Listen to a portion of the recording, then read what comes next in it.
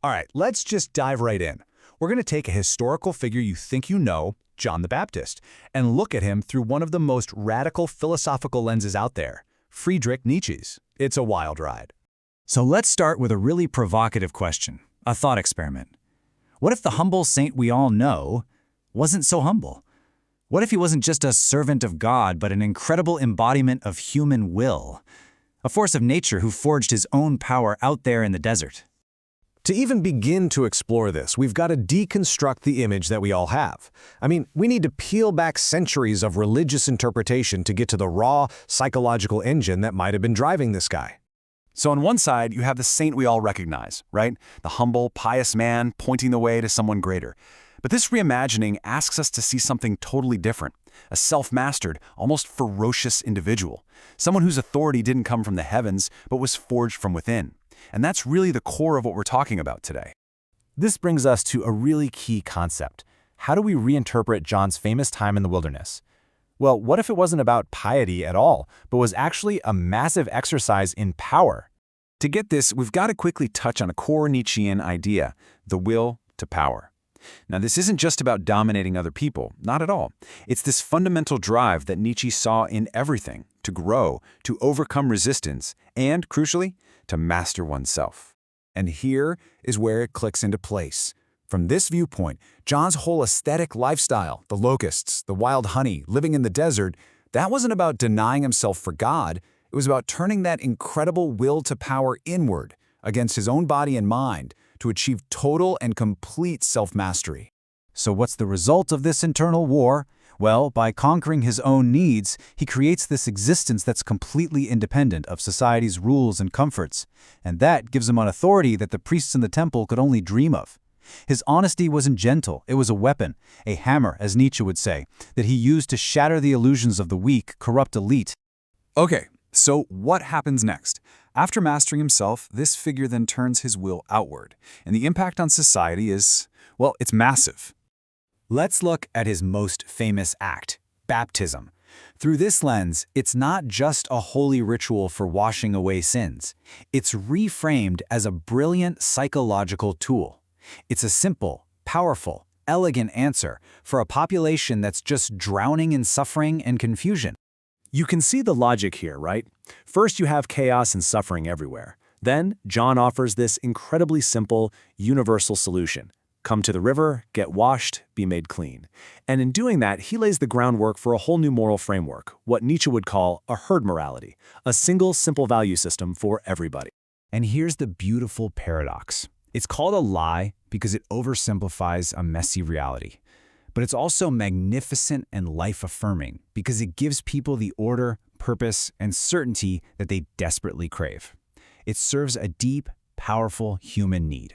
But here's the twist. This very act of creation, of building this new moral order, actually sets the stage for his own destruction. This leads us to the tragedy of being a forerunner. The metaphor here is just fantastic. John isn't the lightning storm itself. He's that first heavy drop of rain that tells you a massive storm is coming. He is preparing the world for a cataclysmic shift in values, the death of the old world. Now, to really understand his fate, we need two quick German terms. The first is Untergang. It means a going under, a decline, like a sunset. But it's not just a failure. It's a necessary collapse that makes a new beginning possible. And that leads directly to the second term, Übergang, which means a going over or a transition.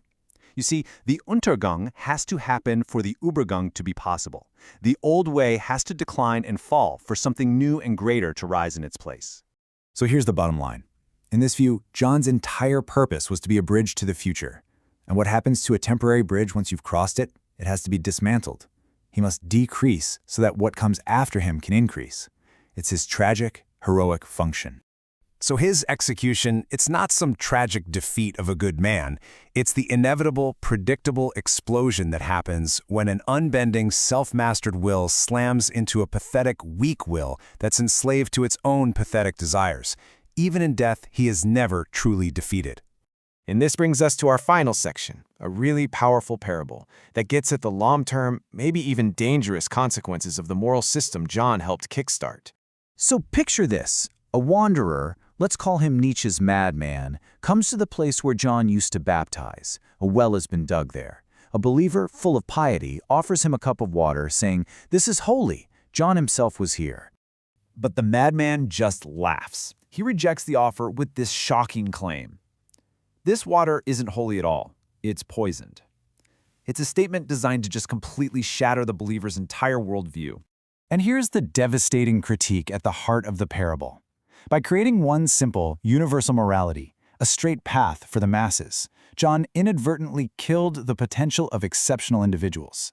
The well he dug to quench everyone's thirst ended up poisoning the very ground for those who might have dug their own deeper, more difficult wells. And this is the gut punch. The person you celebrate as the great well digger, the savior, you don't see that he's also the well poisoner. Unintentionally, of course, but the result is the same. He provided a simple truth that prevents people from facing the terrifying, creative chaos of existence for themselves. So why does any of this matter? What's the takeaway? Well, this whole reimagining is a powerful allegory. It's a critique of how even the most noble ideas can be boiled down, simplified, and turned into rigid moral systems that, while they might feel safe, actually end up limiting our potential. And we'll end on this final, really challenging thought. Maybe true creation, true greatness, doesn't come from drinking supposedly holy water from a common well. Maybe it comes from embracing your own thirst, a thirst for the very meaninglessness that forces you and you alone to create your own meaning. Something to chew on.